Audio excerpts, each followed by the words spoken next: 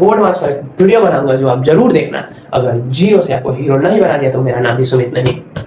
Okay है समविर्द यानी सम विर्द मतलब बराबर वृद्धि। मतलब पहले तो इससे पहले था क्या शून्य से गुणन, तो यहाँ भी तो लिख सकता एक से गुणन, पर नहीं किताबी भाषा कुछ समझ के ही लिखा होगा गुणात्मक तत्व।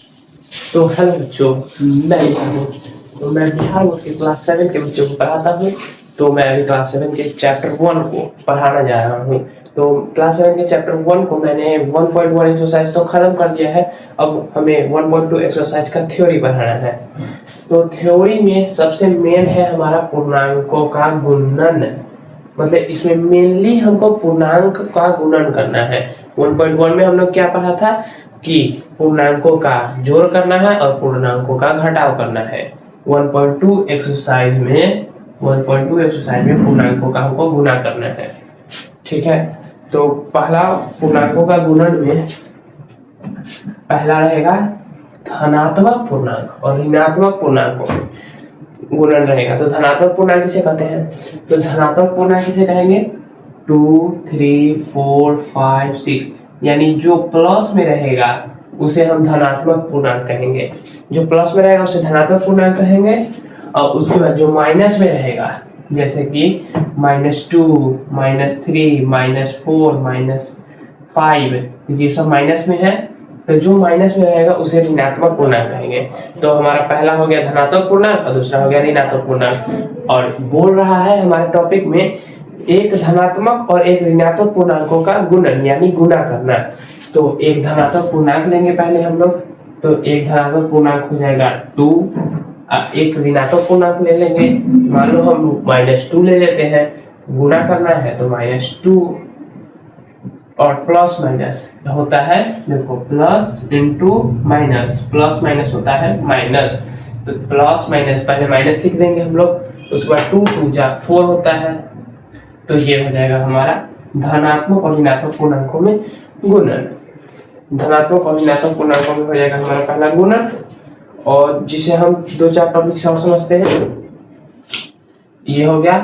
अब हम ले लेते हैं एक धनात्मक पूर्णांक 4 इंटू एक ऋणात्मक पूर्णांक ले लेते हैं हम लोग -5।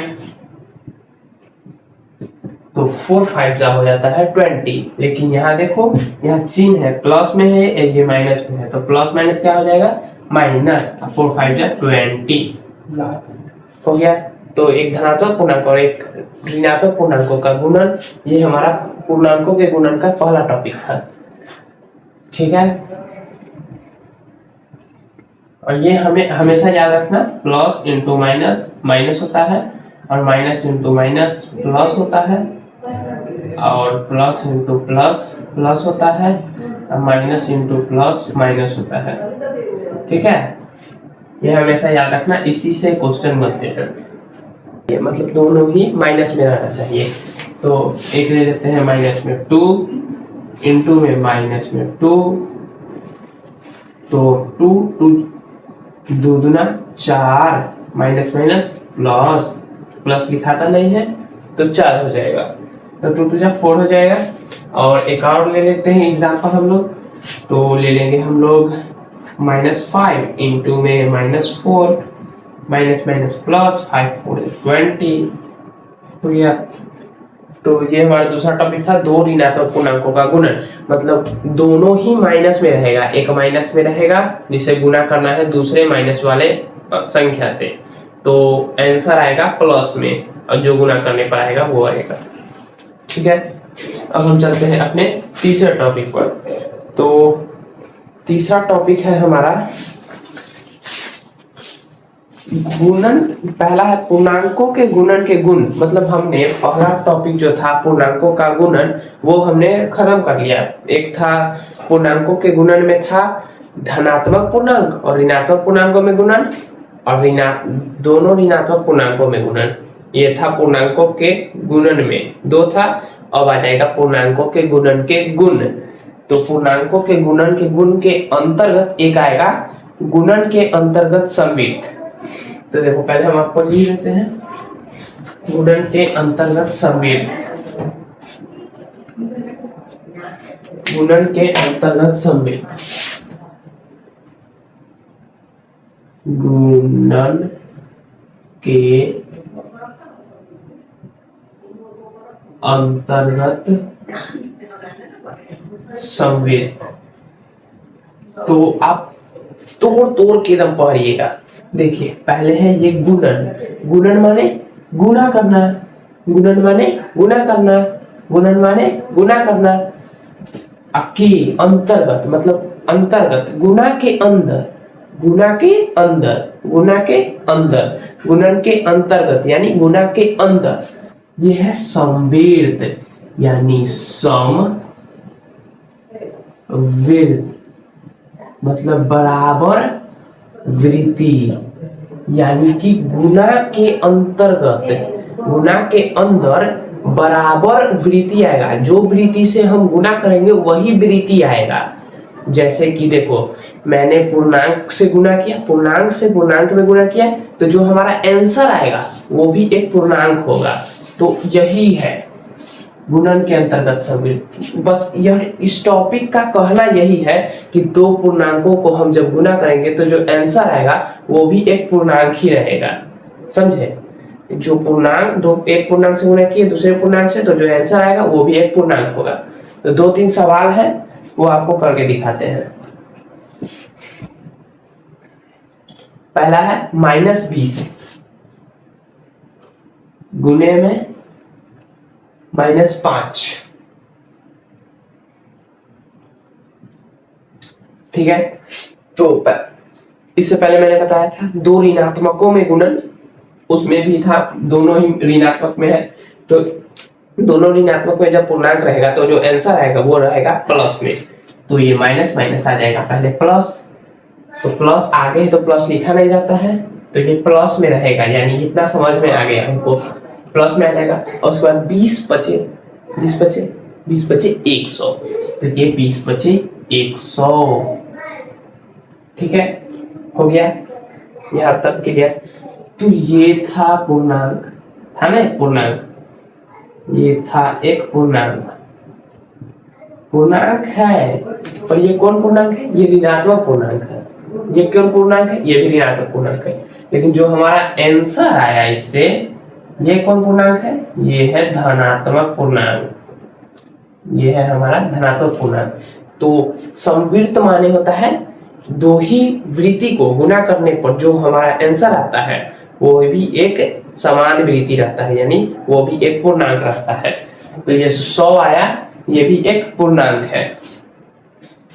गुणनफल भी एक पूर्णांक होता है, यही समविर्त का कहना है। दूसरा हमारा एग्जाम्पल है -15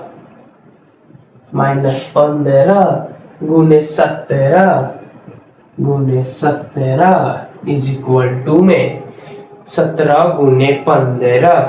तो 17, पहले तो ये देखो चिन्ह, ये है माइनस में, ये है प्लस में। ठीक है, तो माइनस प्लस, कुछ देर पहले हमने बताया है कि माइनस प्लस माइनस होता है। तो यह माइनस और प्लस, माइनस प्लस माइनस, और 17 में से 15 को गुणा करने पर आएगा 255 यानी 255।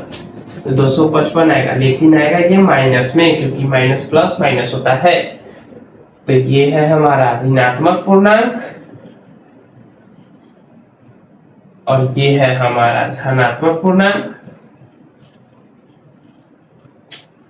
और ऋणात्मक पूर्णांक से धनात्मक पूर्णांक में जब हमने गुणा किया तो ये आया हमारा ऋणात्मक पूर्णांक, आया ना। तो बस समविर्त का कहना यही है, जो भी जो गुणनफल आएगा वो भी एक पूर्णांक ही रहेगा। ठीक है, तो हमारा हो गया गुणन, पूर्णांकों के गुणन के गुण में पहला टॉपिक हमारा यही था, जिसमें इसका व्यापक रूप हो जाएगा हमारा सभी पूर्णांक a तथा b के लिए a गुने b एक पूर्णांक होता है। यानी कहना चाह रहा है जो सभी पूर्णांक होता है,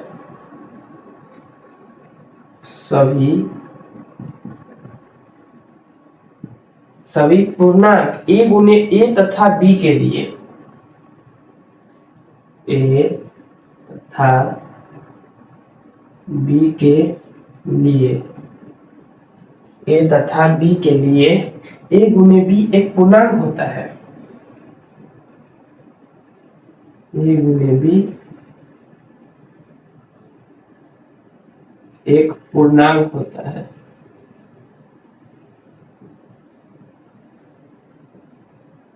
ये हमारे किताब में लिखा हुआ है ये लाइन, जिसका मतलब होता है कि सभी पूर्णांक ए तथा बी, मान लो कोई संख्या है, ये जो मैंने लिखा 2 गुने 5, तो इसे मान लो ए और इसे मान लो बी, ठीक है। तो सभी पूर्णांक, ये सभी पूर्णांक ए तथा बी के लिए, मान लो ए बी, ए तथा बी के लिए ए गुने बी, यानी जो आंसर आएगा, तो ये दोनों को गुना करने पर ही ना आएगा, तो ये दोनों को गुना करेंगे तो कितना आ जाएगा, ए बी। तो जो ये ए बी होगा, ए गुने बी एक पूर्णांक होता है, तो ये जो आंसर आता है वो भी एक पूर्णांक होता है। तो यही तो मैंने समझाया आपको, तो ये पॉइंट आप नोट कर लीजिएगा, ये पॉइंट आप नोट कर लीजिएगा।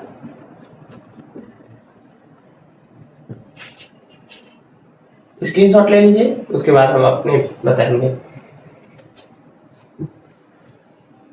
ठीक है। अब हम चलते हैं अपने दूसरे टॉपिक पर। तो दूसरा टॉपिक है हमारा गुणन की क्रम विनिमेयता, लिख देते हैं।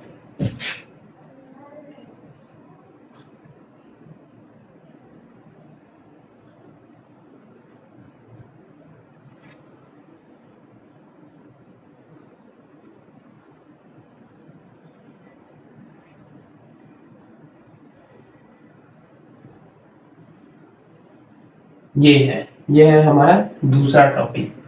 तो क्रम, पहला का अर्थ गुणन, गुणन का क्या होता है अर्थ, गुणा, गुणन का अर्थ गुणा, तो गुणन का अर्थ गुणा।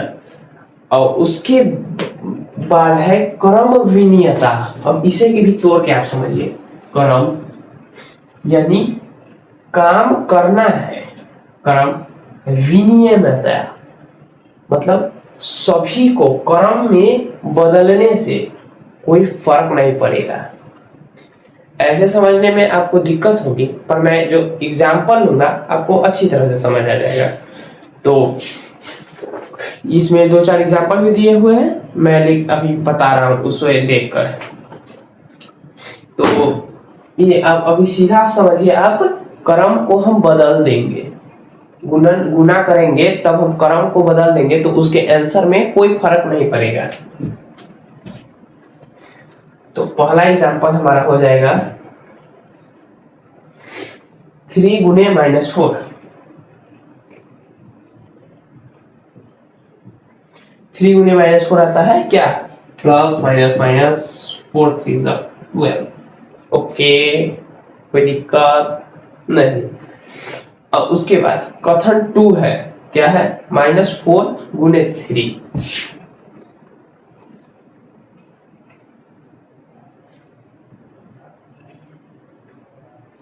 -4 गुने 3 माइनस प्लस -12। अभी मैं समझाऊंगा, उसके बाद है कथन 3 यानी निष्कर्ष है, निष्कर्ष।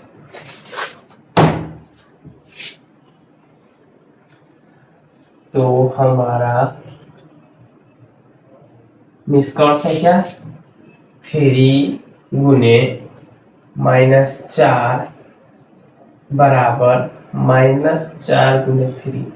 तो देखो मैंने आपको शुरुआत में क्या बताया, क्रम विनियमता मतलब क्रम को बदलने से उसके मान में कोई फर्क नहीं पड़ता है, ठीक है। क्रम बदलने से उसके मान में कोई फर्क नहीं पड़ता है। तो देखो यहाँ 3 गुने -4 है, -12 आंसर है। तो मैंने क्रम को बदल दिया, मैं -4 को इधर ले आया और 3 को इधर ले आया, -4 को पहले इधर ले आया और 3 को बाद में ले आया। क्रम को मैंने बदला, जिससे मान -12 है, इसमें भी -12 है, तो मान तो सेम ही है। तो यही है क्रम विनियमता का गुण। बस यही बताना चाहता है क्रम विनियमता। -12 आ गया, तो बस निष्कर्ष में यही बताया जा रहा है, जो ये है ना इसके बराबर है, ये है जो इसके बराबर है, यही क्रम विनियमता है। ठीक है, चलिए दूसरे एग्जाम्पल पर चलते हैं। क्या है? -30 गुने 12, -30 गुने 12। ठीक है, अब कथन 2 में कहेगा 12 गुने -3, 12 गुने -30। ठीक है, 30 है, हाँ, तो 12 गुने -30 गुने 12, इसका आंसर है, इसका आंसर नहीं दिया हुआ है तो हम गुना कर लेंगे। तो पहला बात माइनस और प्लस, माइनस प्लस माइनस। अब देखो यहाँ ज्यादा गुना करने की जरूरत नहीं है, बस ये 30 है, ये 12 है। ठीक है, तो ये मैं 12 को 3 से गुणा करूंगा, 48 आएगा, 48। तो प्लस माइनस माइनस में लिख दिया पहले, 48, एक जीरो है, एक जीरो है, हो गया। -480, इसका भी आ जाएगा -480। क्रम हमने बदला, 12 को इधर ले आया और 30 को इधर ले आया, क्रम हमने बदला, मान में कोई फर्क, मान में कोई फर्क नहीं, मान में कोई फर्क नहीं हुआ, लेकिन क्रम को तो मैंने बदला था। तो बस यही क्रम विनियमता का गुण है। तो यहाँ हो जाएगा क्या, -30 गुने 12 इज इक्वल टू में 12 गुने -30।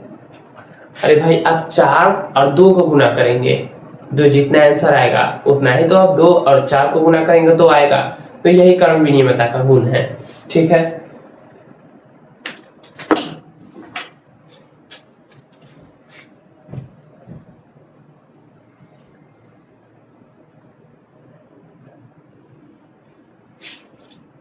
तो अब हम चलते हैं क्रम विनियमता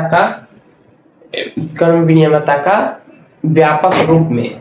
तो मैंने आपको निष्कर्ष में बताया था, जो a गुने b, मान लो कोई संख्या है, मैंने बताया 2 गुने 4 और 4 गुने 2, तो दोनों का तो आंसर 8 ही आएगा।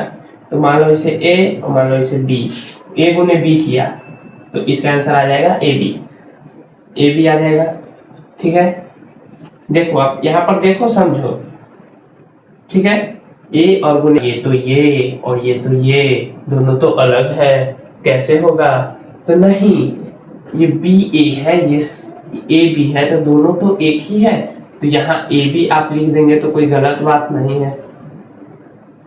यहाँ ए बी भी लिख सकते हैं या बी ए भी लिख सकते हैं। तो देखिए ये क्रम बदलाया, मान सेम है, बी ए भी रहता तो भी मान सेम रहता। ओके, क्रम बदला, मान सेम है। तो यहीं से निष्कर्ष निकलता है कि a गुने b इज इक्वल टू में b गुने a।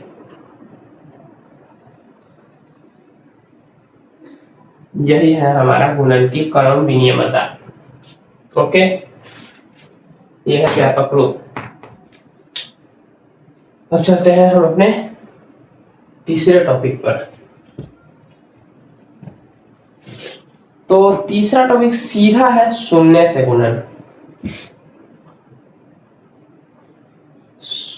शून्य से गुणन, तो इसका सीधा सीधा मतलब है, जो 0 से हम गुणा करेंगे तो क्या होगा। तो 0 से गुणा करेंगे, मान के चलो मैंने 2 से 0 में गुणा किया तो कितना आंसर आ जाएगा 0, -3 गुने 0 कितना आ जाएगा आंसर 0, अब 0 हो जाएगा। और उसके बाद आ जाएगा 4 इंटू 0 हो जाएगा 0, 0 इंटू 0 0, 1 इंटू 0 0। ओके, तो भैया कहेंगे भैया यहाँ माइनस है, यहाँ प्लस है, प्लस माइनस तो माइनस होता है, तो प्लस माइनस माइनस होता है, लेकिन 0 में माइनस प्लस देने से कोई फर्क ही नहीं पड़ता है, 2 या ना 2। तो सीधा सीधा मतलब है सभी 0 से जिस अंक में गुना होगा वो संख्या 0 हो जाएगा। ओके, तो यही था। अब इसका व्यापक रूप आप लोग देखिए, 2 गुने 0 था, ठीक है, आंसर आया 0। मान लो इसे हम मान लेते हैं a, मान लो इसे हम मान लेते हैं b, तो जो आंसर आया वो था 0, ठीक है। यहाँ 0 आएगा, 0 0, सॉरी 0, क्योंकि ये शून्य, टॉपिक ही शून्य है। तो a इंटू शून्य इज इक्वल टू में शून्य, a इंटू में शून्य इज इक्वल टू में शून्य, ठीक है, शून्य हो गया। तो फिर यहां से इसके बाद, तो इसके बाद देखो यहां से फिर ऐसे ही ठीक नहीं लग रहा है। 0 0 का कोई वैल्यू होता है नहीं, 0 लिखाता है नहीं, तो सीधा यहाँ आ जाएगा a इज इक्वल टू 0। यही है व्यापक रूप शून्य से गुणन का, ठीक है, कोई दिक्कत नहीं। अब हम चलते हैं चौथे टॉपिक पर। तो चौथा टॉपिक है क्या, गुणात्मक तत्समक। गुणात्मक तत्समक लिखते हैं।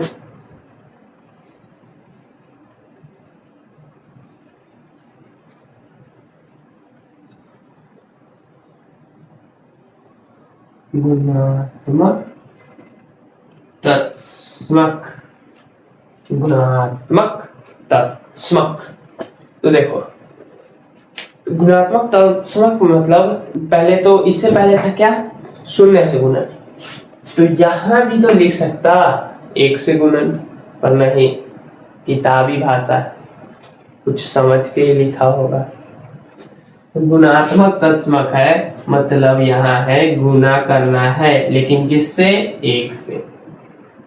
सिंपल, गुना करना है लेकिन किससे, 1 से, बस यही है गुणात्मक तत्समक, बस यही है गुणात्मक तत्समक। 1 से गुना करेंगे तो यही है गुणात्मक तत्समक। जैसे कि 2 into 1 2, minus 3 into 1 minus plus minus 3, minus 4 into 2 minus 8, minus 5 into 3 minus 15, 4 into, जा मैं तो कहाँ चल गया, जा गलती हो गई, सॉरी, इसके लिए मैं क्षमा मांगता हूँ। 4 इंटू 1 5 इंटू 1, तो माइनस 4 माइनस 5, 4 इंटू 1 4, ठीक है। तो 1 से गुणा करने पर वही संख्या आ जाती है। तो इसका भी व्यापक रूप हम लोग लिखते हैं। इसका कुछ एग्जाम्पल दिया हुआ है, क्या करा दूं? देख लीजिए आप। पहला है क्या, minus 3 into 1, minus 3 into 1 plus minus minus 3, ठीक है, माइनस 4 इंटू 1 माइनस 4, ये सब तो मैंने अभी करा दिया, सिंपल सी। 1 गुने माइनस 5 प्लस माइनस माइनस 5, 1 गुने माइनस 6 प्लस माइनस माइनस 6, बस हो गया। तो अब हम चलते हैं इसके व्यापक रूप पर। तो देखो पहला यहाँ है क्या, 2 गुने 1, ठीक है। तो यहाँ इसका आंसर आ जाएगा 2। यहाँ हम इसे मान लेते हैं a, यहाँ हम इसे मान लेते हैं b, नहीं, क्योंकि टॉपिक ही है हमारा गुणात्मक तत्समक, तो हम इसे 1 लेंगे। तो जो आंसर आ जाएगा हमारा a आ जाएगा, क्योंकि a से 1 में गुना करेंगे तो a आएगा, ठीक है। तो यहाँ हम चलते हैं साफ साफ, a गुने 1 इज इक्वल टू में a, ठीक है, कोई दिक्कत नहीं। तो a गुने 1 इज इक्वल टू में 1, ठीक है। तो फिर a से 1 में गुना होगा, मान लो 2 से हम 1 में गुना करेंगे तो कितना आएगा आंसर, तो 2 बन जाएगा, 2 यानी 2 हो जाएगा। 3 से 1 में गुना करेंगे तो 3 बन जाएगा, 3 यानी 3 हो जाएगा। 5 में हम 1 से गुना करेंगे तो 5 बन जाएगा, 5 यानी 5 हो जाएगा। तो a बन जाए a, यानी a से हम 1 में गुना करेंगे तो a आ जाएगा, तो यहाँ सीधा सीधा इसका आंसर व्यापक रूप हो जाएगा a is equal to a। ये हो गया इसका व्यापक रूप, लिख लीजिए। ठीक है, अब गुणात्मक तत्व भी हो गया हमारा खत्म। अब हमारा बच गया क्या, अब हमारा बच गया है एक नहीं दो, गुणन सहचर्य गुण। गुणन सहचर्य गुण ये सब वर्ड से हम लोग वाकिफ है, जो हमने पढ़ा था पहले एक्सरसाइज में पूर्णांकों के जोड़ घटाव में, ये सब वर्ड से हम लोग परिचित है। तो देखो पहला है गुणन सहचर्य गुण, पहले हम लोग लिख लेते हैं।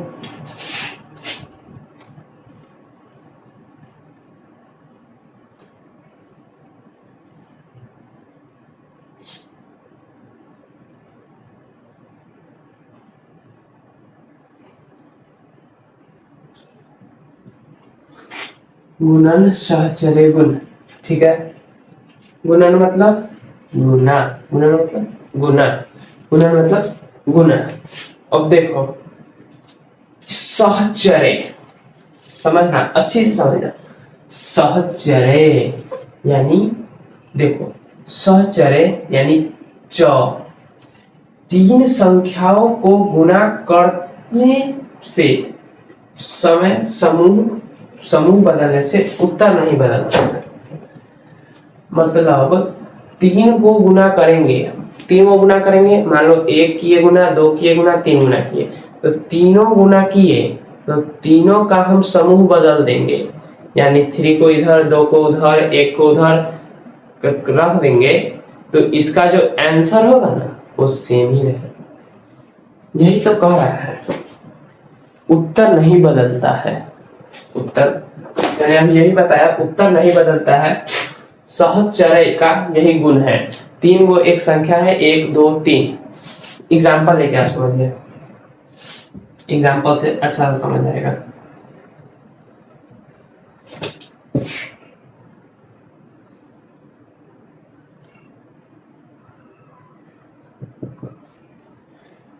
तो पहला एग्जाम्पल है हमारा क्या, -3 इंटू -2, -3 इंटू -2 इंटू -2, उसके बाद माइनस इन्हें इंटू में 5। ओके, तो पर विचार करना है, पर इसी पर हमें विचार करना है। ठीक है, तो पहले इसमें बोल रहा है दूसरी स्थिति में -2 5 को मिलाकर एक समूह बनाया जाता है।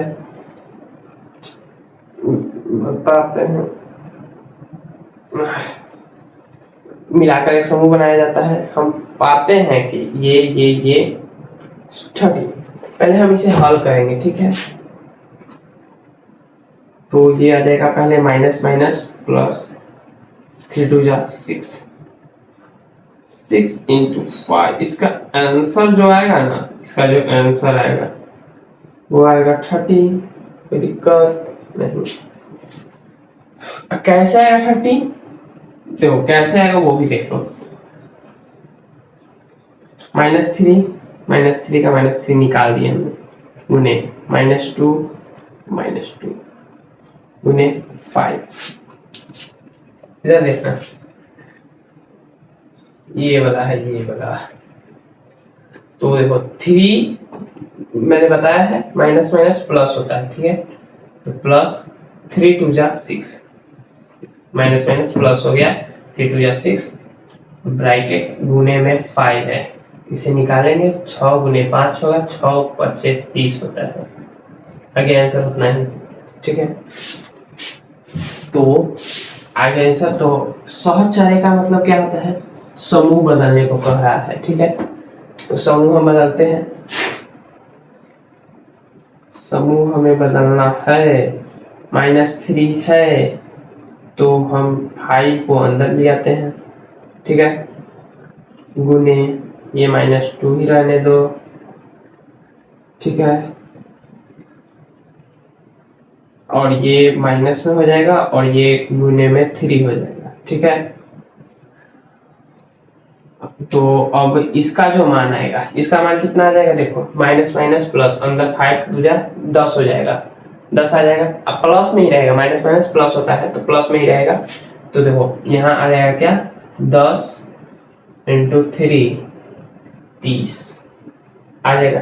मैंने समूह को बदला ना, सहचर्य यानी 3 समूहों वाले चर्य को मैंने अलग अलग लिख दिया, अलग अलग लिख दिया। ये 3 था अंदर, अब इसे मैं बाहर कर दिया, और 5 था बाहर तो मैंने इसे अंदर कर दिया। मैंने समूह को बदला, आंसर में कोई फर्क नहीं पाया। इसका जो आंसर है इससे तो मैच कर ही रहा है, तो इससे ही हम बोलते हैं सहचर्य। ठीक है ना, कोई दिक्कत तो नहीं ना है? दिक्कत होगा तो आप कमेंट में बोल दीजिएगा, मैं आपको कमेंट का रिप्लाई दे दूंगा। ठीक है, अब इसका व्यापक रूप देखिए आप लोग।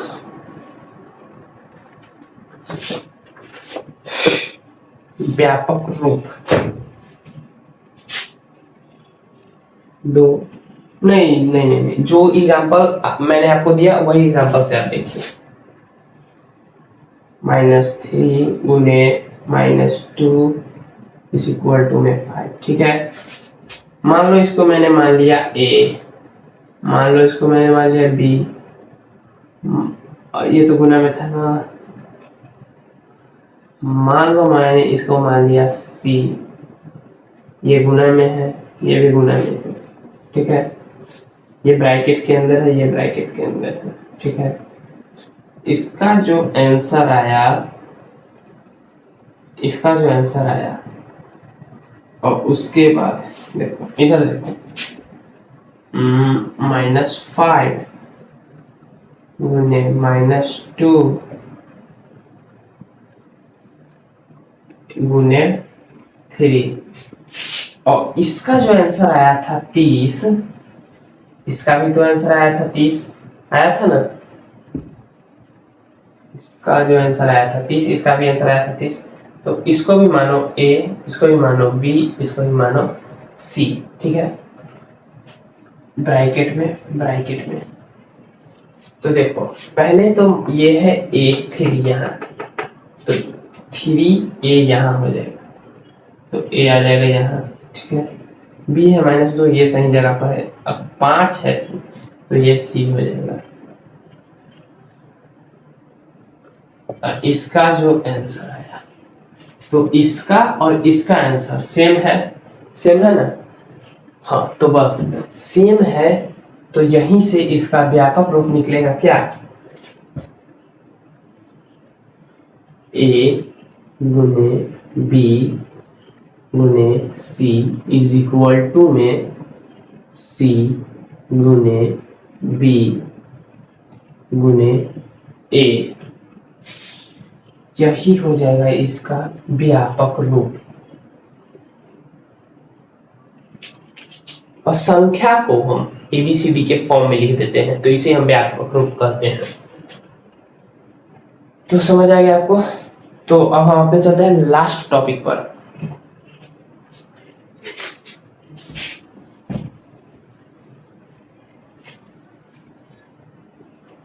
तो हमारा लास्ट टॉपिक है वितरण के गुण। वितरण के गुण, वितरण के गुण में ज्यादा कुछ नहीं कह रहा है, इसमें से कह रहा है क्या,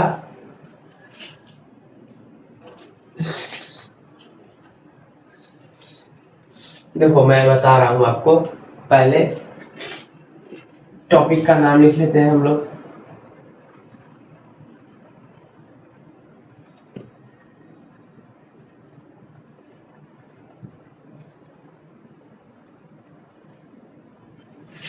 वितरण गुण। ठीक है, तो वितरण गुण का साफ साफ मतलब होगा, मान लो मैंने तुम्हें एक संख्या दिया 2, ठीक है, गुने 4। ठीक है, तो ये 4 2 तो 8 हो जाएगा, हो जाएगा। लेकिन इसी में मैंने चेंज कर दिया ब्रैकेट लगा के। आपको बोर्ड मार्क्स तो आता है ना?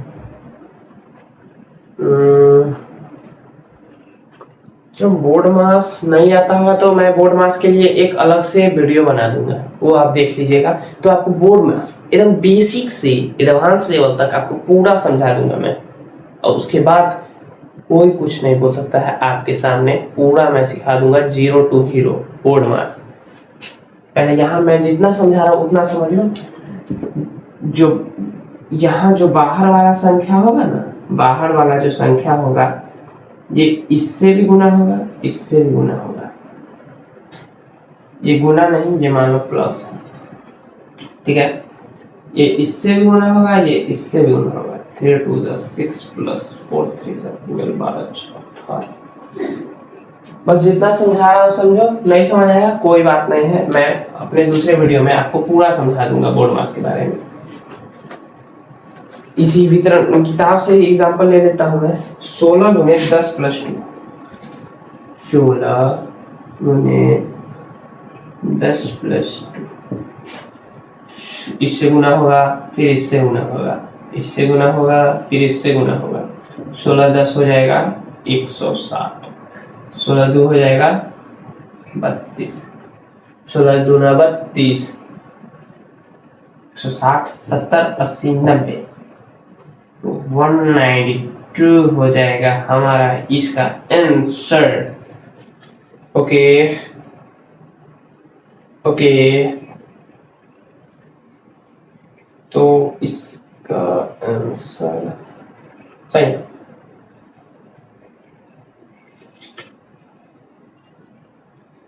तो अब हम कह रहे हैं क्या, योग पर हो गया, खत्म हो गया, बस इसका व्यापक रूप देखना है, व्यापक रूप देखना है। तो आप यही एग्जांपल से समझ लीजिए, सिंपल से समझिए। यहाँ है 2 4 प्लस 2, ठीक है। मान लो मैंने समझ ए, मैंने समझ बी, मैंने समझ सी, ठीक है। तो हम इससे इसको पहले गुणा करेंगे, फिर इससे इसको गुणा करेंगे। पहले इसको गुणा करेंगे, उसके बाद इससे गुणा करेंगे। 2 4 8 होता है, और हमें लिखना है व्यापक रूप में।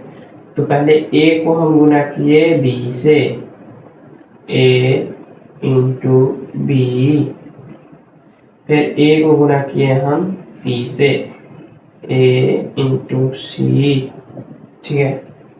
a गुने b, a गुने c, ठीक है। a गुने b इंटू a गुने c, ठीक है। और क्वेश्चन क्या था, क्वेश्चन था हमारा a b प्लस c, यही है हमारा व्यापक रूप वितरण नियम का। मैं बोर्ड मास पर एक वीडियो बनाऊंगा जो आप जरूर देखना। अगर जीरो से आपको हीरो नहीं बना दिया तो मेरा नाम भी सुमित नहीं। ओके, तो आज की क्लास में खत्म करता हूं, और फिर आपका 1.2 का एक्सरसाइज खत्म हो गया है, 1.2 का थ्योरी खत्म हो गया है। अब हम अगले दिन 1.2 एक्सरसाइज को पूरा खत्म कर देंगे। ऐसे ही हम एक्सरसाइज बाय एक्सरसाइज पढ़ते रहेंगे और क्लास 7 के मैथ को खत्म कर देंगे। तो ओके, अब मिलते हैं नेक्स्ट क्लास में।